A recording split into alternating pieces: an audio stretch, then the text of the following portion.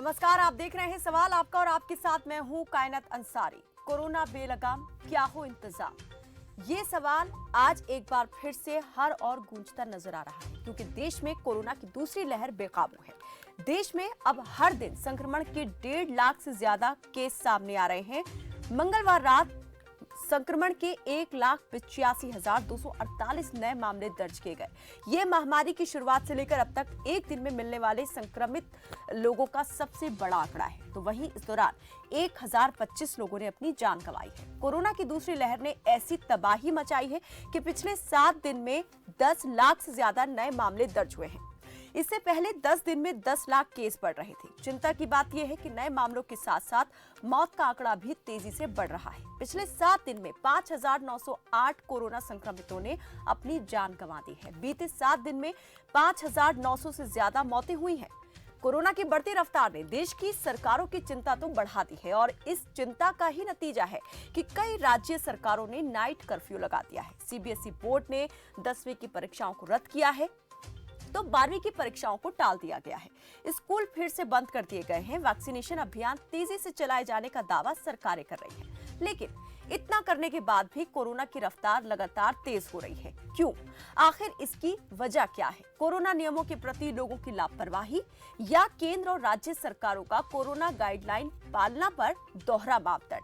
एक तरफ आमजन की लापरवाही तो दूसरी तरफ 5 राज्यों में चल रही चुनावी रैलियों का शोर और गंगा मैया में डुबकी लगाने वाले श्रद्धालुओं का जोर। ये साफ तौर पर बता रहा है कि कहां कितना कोरोना गाइडलाइन का पालन हो रहा है और कौन सरेआम नियमों की धज्जियां उड़ा रहा है। तो आज करेंगे चर्चा इसी बात को लेकर कि बेकाबू होते कोरोना पर आखिर कैसे लगाम लगाई जाएगी और हालात इतने ज्यादा बदतर क्यों हो रहे हैं, कौन नियमों की धज्जियां उड़ा रहा है और किस स्तर पर लापरवाही सबसे ज्यादा हो रही है। लेकिन सबसे पहले डाल देते हैं उन सवालों पर नजर जो आज हमने अपने इस मंच से उठाए हैं। क्यों बढ़ रही कोरोना की रफ्तार? बढ़ता संक्रमण किसकी लापरवाही जिम्मेदार? नियम पालन पर क्या सरकारें अपना रही दोहरा मापदंड? सरकारी सख्ती कोरोना रोकने में कितनी पूरी कितनी अधूरी? सरकारी सख्ती कोरोना रोकने में कितनी पूरी कितनी अधूरी, ये सबसे बड़ा और अहम सवाल है। सरकारें चिंता तो पूरी कर रही हैं, लेकिन क्या तैयारी जो है वो आधी अधूरी है? नंबर प्लेट आपके सामने है, नंबर पर कॉल करके आप भी हमारे साथ सीधे हमसे संपर्क साध सकते हैं और इस विषय से जुड़ा आपका भी कोई सवाल, सुझाव या राय हो तो सीधा हम तक पहुंचा सकते हैं। फिलहाल हमारे साथ इस पर बात करने के लिए एक्सपर्ट मौजूद हैं। हमारे साथ इस वक्त जुड़े हैं lieutenant general doctor Ved Chaturvedi, जो सीनियर कंसल्टेंट हैं सर गंगाराम हॉस्पिटल में। सर, बहुत स्वागत है आपका हमारे साथ इस चर्चा में, इस कार्यक्रम में जुड़ने के लिए। सर, सबसे पहले तो मैं आपसे ये जानना चाहूंगी, कोरोना को रोकने के लिए जो मॉडल सरकारें अपना रही हैं और प्रशासन जिसको अप्लाई कर रहा है, क्या आप मानते हैं ये पूरी तरह से जो है वो सही मॉडल है, हम सही रास्ते पर चल रहे हैं, इस तरह से कोरोना की बढ़ती रफ्तार को रोका जा सकता है? देखिए, मौत तो सबको मालूम है क्योंकि एक साइंस सबको मालूम है कि कोरोना कैसे रोका जा सकता है, बट हम कर कहां पा रहे हैं, इंप्लीमेंटेशन नहीं हो पा रहा है। आफ्टर ऑल, ये चाहे वो रिलीजियस कांग्रेशन हो जी। चाहे वो इलेक्शन हो, किसी ना किसी को जनता को गाइड करना पड़ेगा, क्योंकि जनता तो एक भेड़ चाल चलती है और इसका एक बहुत बड़ा हमको खामियाजा भुगतना पड़ेगा, आज नहीं तो कल। अब आने वाला समय बताएगा कि जो जो इवेंट्स, जो जो आपने भी कहा कि जो जो इवेंट्स हुए हैं उसके बाद कोरोना कितना फैलता है। देखिए, क्या है कि कोरोना से डरने की जरूरत नहीं है। इसमें कोई शक नहीं है कि यदि 100 केसेस होंगे तो 99 रिकवर हो जाएंगे। तो हम जनता को हमेशा बताते हैं एज ए डॉक्टर कि आप डरिए नहीं, आपके चांसेस 99% ठीक होने के, आप घर में रहिए ना। 1% हॉस्पिटलाइजेशन हो सकता है, उसमें 0.6% करीब क्रिटिकल हो सकते हैं। बट यदि केसेस बहुत ज्यादा होंगे तब प्रॉब्लम आएगी। जो क्यों कि यदि केस ज्यादा होंगे तो 1% भी लिया जाए, बहुत सारे, जैसे सडनली 10 लाख केस हो जाए, समझ लीजिए आज तो आपने बोला करीब अप्रोक्सीमेटली 1,80,000 केसेस हैं, समझ लो 10 लाख केस हो जाए तो यदि उसका 1% लिया जाए तो हमारी जो मेडिकल व्यवस्था है शायद उसके लिए तैयार नहीं है। दूसरा चीज क्या हुआ कि जब ये कोरोना कम होने लगा तो जैसे वो लड़ाई होती है ना, वॉर, हमारे यहाँ, मैं तो आर्मी में था, ठीक है, आर्मी के रिटायर होने के बाद आज गंगाराम हॉस्पिटल में काम करता हूँ, कि यदि आप लड़ाई के लिए पूर्णतः मानो जो एग्जीक्यूटिव्स है, जो गवर्नेंस है, देखिए जनता चाहे कितनी केयरलेस हो, बट गवर्नमेंट रिलैक्स नहीं हो सकती। मेरा मतलब है वो बेखबर नहीं हो सकती है, उसे सख्ती जरूर बरतनी पड़ेगी। बिल्कुल डॉक्टर साहब, इस पर हम आगे बातचीत करेंगे। कुछ दर्शक हमारे साथ जुड़े हैं जो अपनी बात भी रखना चाहते हैं इस प्लेटफॉर्म पर। दीपक कुमार यूपी से जुड़े हैं और दहिया से भी हमारे साथ एक दर्शक जुड़े हैं। स्वागत है आपका दीपक, रखें अपनी बात। चलिए, लगता है हमारा संपर्क टूट गया है। दहिया से एक दर्शक जुड़े हैं, स्वागत है आपका, बताएं क्या नाम है आपका और क्या सवाल है। ब्रह्म सिंह दहिया सोनीपत। जी कहिए।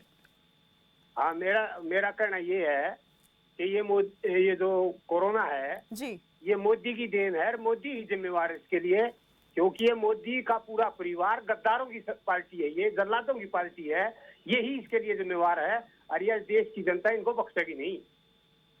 चलिए, बहुत बहुत शुक्रिया सिंह जी हमारे साथ इस बातचीत में जुड़ने के लिए। जी डॉक्टर साहब, लोगों का गुस्सा जो है वो अपनी जगह है। कई राज्यों में जहां पर इस तरह की चीज़ें नहीं भी चल रही थी, चुनावी रैलियां नहीं हो रही थी, जहां पर किसी तरह के धार्मिक समागम नहीं हो रहे थे, आयोजन नहीं हो रहे थे, वहां पर पाबंदियां सरकारों ने आयद कर दी हैं, बहुत कड़े नियम वहां पर लगा दिए गए हैं। लेकिन हम देख पा रहे हैं कई जगह पर इस तरह की चीज़ें नहीं हैं। इसको लेकर सोशल मीडिया पर भी तमाम तरह के मीम्स आ रहे हैं। आपने कहा कि अगर केसेस बढ़ जाते हैं तो हम जो हमारे पास स्वास्थ्य सुविधाएं हैं वो उसके लिए पूरी तरीके से तैयार नहीं है। तो हमारी तैयारी पिछले 1 साल में कहाँ पहुंची है, हम कितने तैयार हुए हैं, ये सवाल मैं आपसे इसका जवाब मैं लूंगी। लेकिन एक और दर्शक जुड़े हैं। व्यक्ति विशेष को हम जिम्मेदार नहीं फैला सकते। बिल्कुल बिल्कुल, सबकी जिम्मेदारी है। डॉक्टर साहब, इस पर हम एक बात करेंगे, लेकिन एक दर्शक जुड़ गए हैं मध्य प्रदेश से, करीम खान जुड़ गए हैं। स्वागत है आपका करीम जी, रखें अपनी बात। जी, मैं कह रहा था, हेलो जी, हम सुन पा रहे हैं आपको करीम जी। हाँ, मैं ये कह रहा था कि हमारे सब्जी जो है वर्धा में रहते हैं, उनको हमेशा सर्दी जुकाम रहता है, और कल वो हॉस्पिटल गए और उनको कोरोना पॉजिटिव बता दिया गया, जबकि उनकी एक खानदानी बीमारी है और उनको क्वारंटाइन कर दिया गया। और आज बच्चे पूरा दिन पिताजी को उनके ढूंढते रहे, उनको वो मिले नहीं। क्या हॉस्पिटल की जिम्मेदारी कोई जानकारी यानी कि परिवार को भी नहीं दी गई थी उनको हॉस्पिटल की तरफ से? और सवाल ये उठ रहा है कि डॉक्टर को ये बताना चाहिए कि उन्होंने पेशेंट को कहाँ रखा। जी चलिए, बहुत बहुत शुक्रिया करीम खान जी हमारे साथ जुड़ने के लिए। रोहतक से एक और दर्शक आशीष जुड़े हैं, स्वागत है आपका आशीष, रखें अपनी बात। नमस्कार मैम। जी आशीष कहिए। सरकार से भी और जो ये पूछना चाहता हूँ, जहाँ पे इलेक्शन होते हैं और जो रैली वगैरह होती है वहाँ पे उनको कोई कोरोना का डर नहीं होता, वहाँ पे तो ये ऐसे भी करते रहते हैं। तो जहाँ पे इनके विरुद्ध कोई भी लगे जैसे कि किसान आंदोलन, वहाँ पे ये कोरोना का बंद करते हैं, खास जीत वजह। तो ऐसा वहाँ पे भी तो कोरोना गवर्नमेंट तो वो सेम सिचुएशन वहाँ पे भी अप्लाई होनी चाहिए।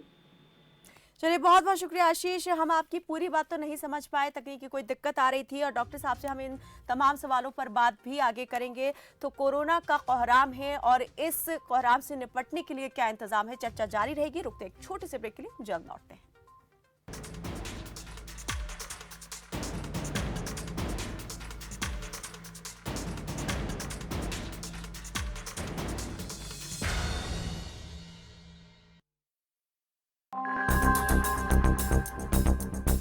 कुछ साल पहले तक पंजाब नशे की दलदल में धंसता जा रहा था।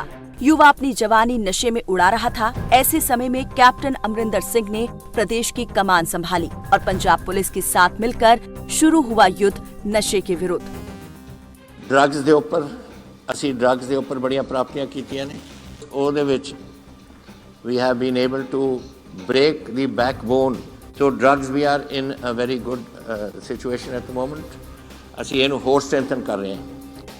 अप्रैल 2017 से अब तक के 4 साल की बात करें पंजाब में एनडीपीएस एक्ट के तहत 39,957 मामले दर्ज हुए।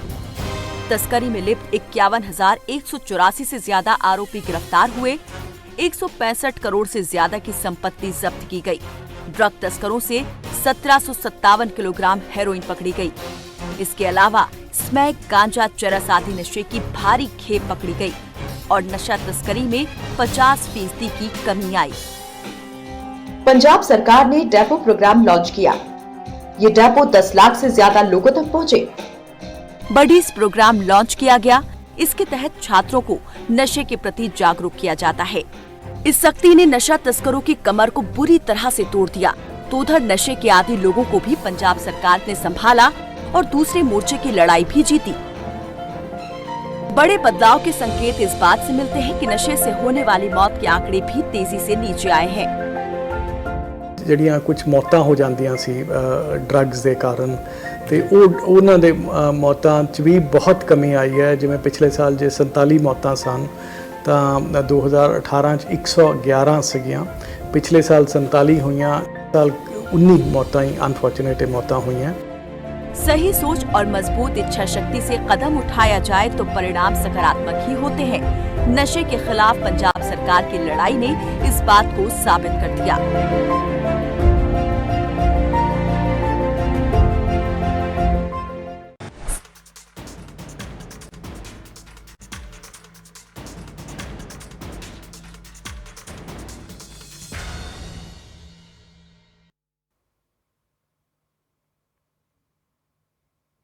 ब्रेक के बाद एक बार फिर से स्वागत है आपका। सवाल आपका में और आज बात हो रही है बेलगाम होते कोरोना की। कोरोना की दूसरी लहर डरा रही है, लेकिन इससे निपटने के लिए सरकारों की और आपकी हमारी क्या तैयारी है? हमारे साथ इस पर बात करने के लिए सर गंगाराम हॉस्पिटल के senior consultant lieutenant general doctor Ved Chaturvedi जुड़े हुए हैं।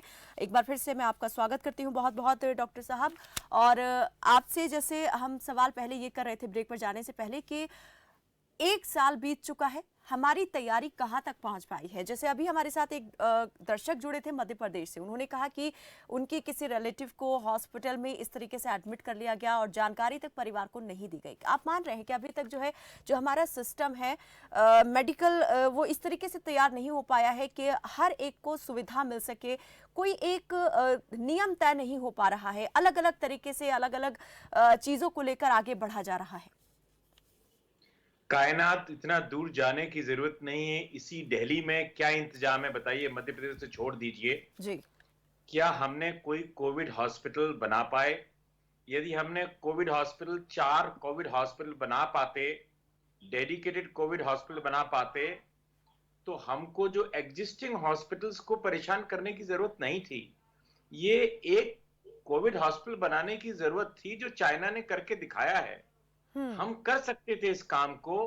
शायद क्योंकि कोविड कम होने लगा और हम लोग रिलैक्स हो गए जी। हम शुरुआत बहुत अच्छी तरह किया, हमने लॉकडाउन किया, लोगों को सिखाया, सबको सब नॉलेज है इस समय। हमने एग्जीक्यूट नहीं कर पाया। मैं आपको बताता हूं, सिर्फ जो 0.6% क्रिटिकल पेशेंट हैं उसकी तैयारी हमें करना है, बाकी हमें किसी की तैयारी नहीं करनी है। हमें जो फिगर्स आप मीडिया में दिखाते हैं कि आज 1 लाख हो गए, 2 लाख हो गए, उसकी प्रॉब्लम नहीं है जी। हमें प्रॉब्लम है कि जो क्रिटिकल पेशेंट्स हैं, क्या हम उसके लिए तैयार हैं? नहीं है हम तैयार। क्यों? कि हमारे पास उतना बेड स्ट्रेंथ नहीं है। यदि हम जैसे दिल्ली सरकार ने किया कि सारे प्राइवेट हॉस्पिटल्स ले लिए, तो बाकी लोग कहां जाएंगे? यदि समझ लीजिए मुझे हार्ट अटैक हो गया तो मैं कहां जाऊंगा? आज मेरा ऑपरेशन, चलिए हार्ट अटैक तो इमरजेंसी है, कोई ना कोई ले लेगा, but there are many chronic issues. किसी को डायलिसिस चल रही है, किसी का कैंसर की कीमोथेरेपी चल रही है, किसी का ट्रांसप्लांट हो चुका है। तो वो ये जो पेशेंट जो दिल्ली में 5-7 बड़े अस्पताल हैं, वो पूरे देश को कैटर करते हैं इस चीज के लिए कि बड़े बड़े लोग दूर दूर से आते हैं, कोई डायलिसिस के लिए, कोई ट्रांसप्लांट के लिए, कोई कैंसर के लिए। यदि हम सब पेशेंट को डिस्चार्ज कर देंगे तो कहां जाएंगे वो पेशेंट? हमें डेडिकेटेड कोविड हॉस्पिटल बनाने की जरूरत थी जो हमने नहीं बनाए।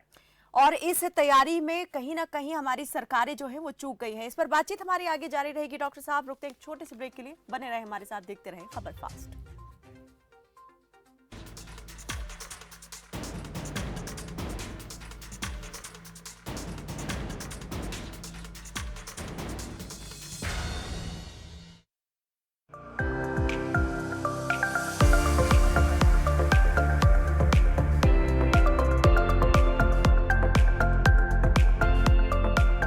बीमारी से अब परेशान होने की जरूरत नहीं। BS Heart Care and Multi Speciality Hospital में मिलेगी आपको अनुभवी डॉक्टर्स की राय और सफल इलाज। बीपी, छाती एवं दिल की हर बीमारी जैसे सांस का फूलना, छाती में दर्द, हार्ट अटैक का सफल इलाज अनुभवी डॉक्टर पवन बंसल एवं doctor Saroj Kumar Sahu, DM cardiologist द्वारा इको, टीएमटी, एंजियोग्राफी, एंजियोप्लास्टिक और पेसमेकर की सुविधा आपके निकटतम BS Heart Care and Multi Speciality Hospital में 24 घंटे उपलब्ध है। अब बिना किसी डर के डॉक्टर सीएम 24 से कराएं पथरी, गुर्दे की पथरी, हर्निया, अपेंडिक्स, गदूद का दूरबीन से सफल ऑपरेशन। दूरबीन द्वारा सर्जरी के फायदे: छोटे चीरे और निशान ना के बराबर, जल्द रिकवरी, कम दर्द और इन्फेक्शन का खतरा कम, घुटने, कमर, जोड़ों के दर्द एवं हड्डियों से संबंधित बीमारी के इलाज और ऑपरेशन के लिए डॉक्टर शशांक से जल्द मिले। गर्भवती महिलाओं की संपूर्ण जांच, नॉर्मल डिलीवरी एवं पीड़ा रहित प्रसव, सिजेरियन एवं हाई रिस्क प्रसव, बार बार गर्भ गिरना, गर्भावस्था में high blood pressure, blood sugar, thyroid की शिकायत तुरंत होगी दूर। डॉक्टर रुचि जैन से करें संपर्क।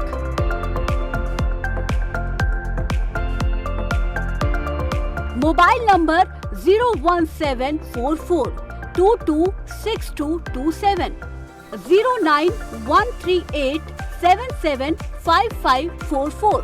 Address BS Heart and Care Multi Speciality Hospital, नए बस स्टैंड के सामने, पीपली रोड, कुरुक्षेत्र।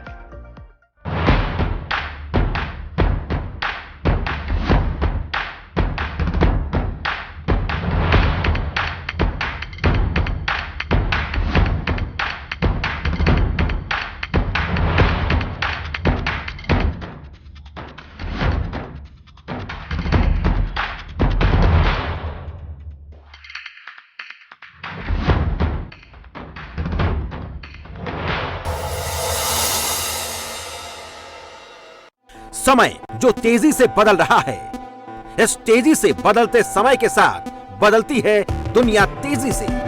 देश हो या विदेश, मनोरंजन हो या खेल, 25 मिनट में देश विदेश की हर खबर पहुंचेगी आप तक। न्यूज शॉर्ट्स सिर्फ खबर फास्ट पर। आप रोगों से परेशान हो या अंग्रेजी दवाओं से, विभिन्न प्रकार के टेस्टों से परेशान हैं या डॉक्टरों से, किसी भी प्रकार के रोगों के समाधान के लिए एक बार आइए नाड़ी वैद्य कायाकल्प और पाइए अपने सभी रोगों का आयुर्वेद में सही इलाज।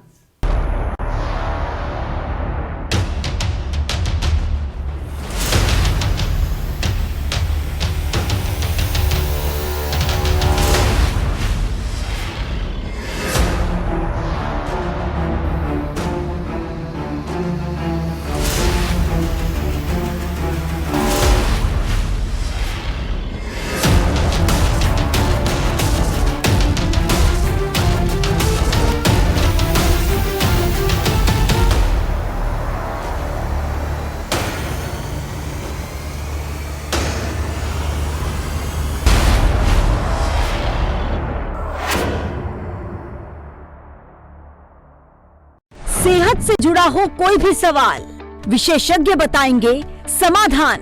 कैसे रहें निरोग और स्वस्थ। आपका डॉक्टर अब नए समय पर, रोजाना दोपहर 1:55 पर, सिर्फ खबर फास्ट पर।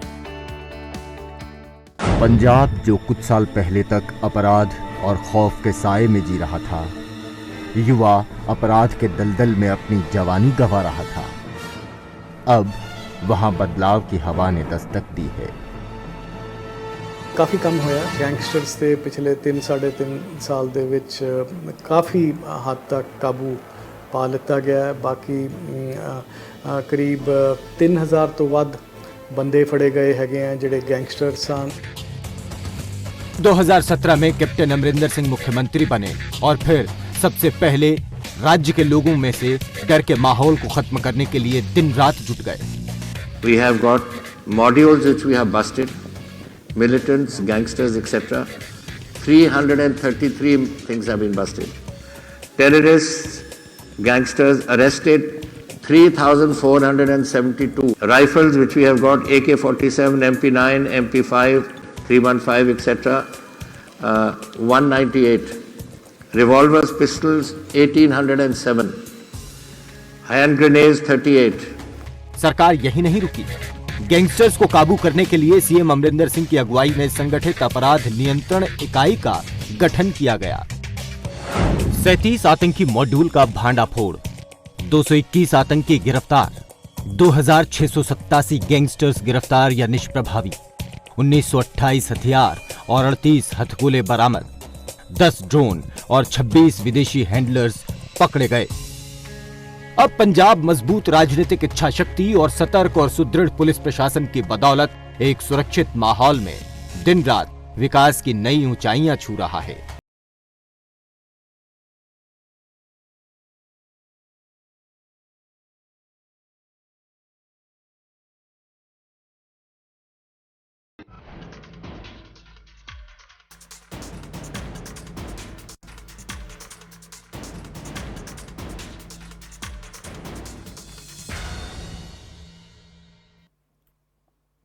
ब्रेक के बाद एक बार फिर से स्वागत है आपका। तो कोरोना की रफ्तार पर लगाम लगाने के लिए क्या है सबसे जरूरी, पाबंदी या फिर मुस्तैदी? ज्यादा बात करने के लिए हमारे साथ सर गंगाराम हॉस्पिटल के सीनियर कंसल्टेंट डॉक्टर चतुर्वेदी, वेद चतुर्वेदी जुड़े हुए हैं। डॉक्टर साहब, मैं आपसे यही जानना चाहती हूँ कि अभी जो है सबसे ज्यादा किस बात की ओर ध्यान देने की जरूरत है, कहाँ पर सबसे ज्यादा आपको लगता है काम करने की जरूरत है? मेडिकल फील्ड की अगर बात करें तो तैयारियां अभी कितनी हुई है और कितनी करनी बाकी है? कोई रॉकेट साइंस नहीं है।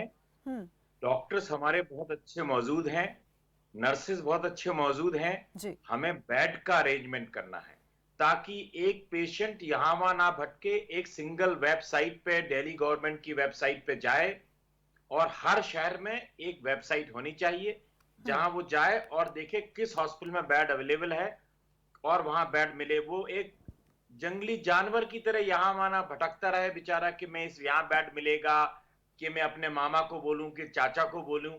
ये कैसा देश है भाई? आप देख रहे हैं इन समस्याओं से लोग अक्सर जूझ रहे हैं और अभी भी जूझते दिखाई दे रहे हैं। हालांकि बेड बढ़ाए जाने के दावे लगातार सरकार कर रही है, जबकि इतना आपका नेटवर्क है, इतने सारे मीडिया हाउसेस हैं, इतने सारे नेटवर्क्स हैं, बट एक सिंगल चीज हम नहीं डेवलप कर पाए आज तक कि किस हॉस्पिटल में कहां बेड मिलेगा। मुझे घर बैठे यदि मुझे कोरोना हो जाए तो मुझे मालूम होना चाहिए जी, बस इसकी जरूरत है और किसी की जरूरत नहीं है। हमारे पास डॉक्टर्स हैं, हमारे पास नर्सेस हैं, हमारे पास कैपेबिलिटी है, हमारे पास दवाइयां हैं, सब कुछ है, सिर्फ हमारे पास ये। बाकी आप कभी कभी सुनते हैं कि कोई दवाई ब्लैक हो रही है, ये हो रही है, वो गवर्नमेंट कंट्रोल कर रही है और उसकी ज्यादा परेशानी नहीं है। यानी तैयारी तो पूरी है, लेकिन जी जानकारी आधी अधूरी है।